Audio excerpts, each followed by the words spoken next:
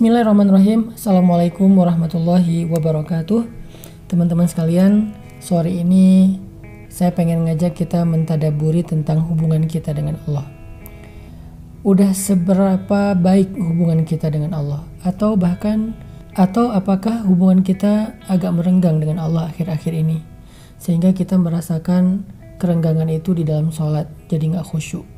Kita merasakan kerenggangan itu dengan jauhnya kita terhadap Al-Quran. Al-Quran menjadi sesuatu yang mahjura, terasing. Kita sampai lupa meletakkan Al-Quran kita di mana. Kerenggangan itu dirasakan dengan mudahnya hati kita merasa sedih, galau, dan berputus asa, berkeluh kesah. Kerenggangan itu terasa dalam hubungan kita dengan keluarga kita. Antara kita dengan pasangan, antara kita dengan orang tua, antara kita dengan sahabat. Karena sesungguhnya siapa yang buruk hubungannya dengan Allah, maka akan buruk juga hubungannya dengan manusia. Siapa yang baik hubungannya dengan Allah, maka akan baik juga hubungan dia dengan manusia. Kita pengen merenungkan tentang hubungan kita dengan Allah. Karena Nabi pernah mengatakan, "Man aslaha ma bainahu wa bainallah, aslahallahu ma bainahu wa bainan nas." Siapa yang memperbaiki hubungannya dengan Allah, maka Allah akan memperbaiki hubungan dia dengan manusia.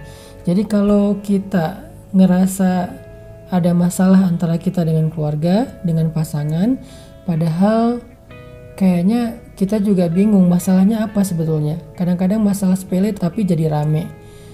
Kalau kita ngerasa hubungan kita dengan orang tua gak baik, kita ngerasa hubungan kita dengan teman kerja kita gak baik, kita ngerasa hubungan kita dengan tetangga gak baik, maka hal yang pertama yang harus kita introspeksi adalah jangan-jangan hubungan kita dengan Allah gak baik.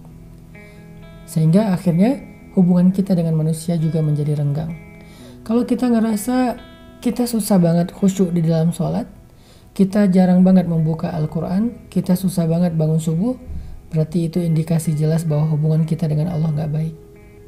Dulu para ulama sangat peka memperhatikan hubungan mereka dengan Allah. Sampai-sampai mereka bilang, ketika rumah saya bocor, saya akan langsung sholat dan minta ampun. Karena tidaklah rumah saya bocor kecuali itu menjadi bukti hubungan saya dengan Allah buruk.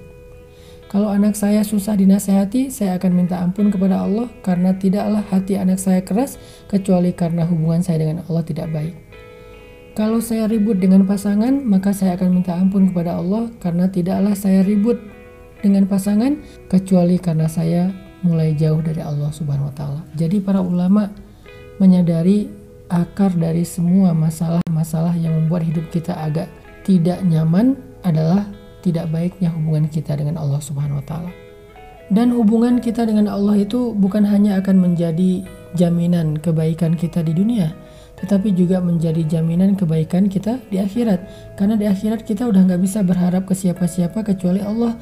Maliki yaumiddin, yauma la yanfa'u malu wala banun illa man atallaha biqalbin salim. Hari ketika harta dan keluarga udah gak lagi bermanfaat kecuali orang yang datang kepada Allah dengan hati yang salim, hati yang beriman, hati yang tunduk kepada Allah Subhanahu wa taala. Makanya coba kita renungkan kembali, sudah sebaik apa hubungan kita dengan Allah? Kita lihat kehidupan kita lihat ibadah kita lihat puasa kita udah sampai hari ini. Udah hari kesekian, apakah puasa kita masih banyak kekurangan? Apakah kita masih malas untuk tarawih? Apakah kita masih malas untuk subuh? Berarti hubungan kita dengan Allah lagi parah. Sehingga udah saatnya kita memperbaiki hubungan kita dengan Allah. Balikan lagi kepada Allah.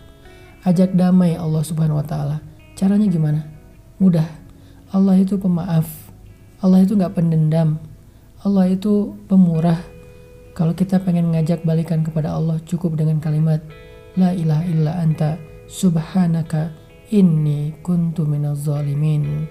Tidak ada Tuhan selain Engkau ya Allah, Maha suci Engkau, aku yang zalim, aku yang salah. Akui kesalahan kita, minta ampun sama Allah, maka insya Allah hubungan kita akan kembali baik. Kalau hubungan kita baik dengan Allah, semuanya secara berangsur akan membaik dalam kehidupan kita. Barakallahu fikum.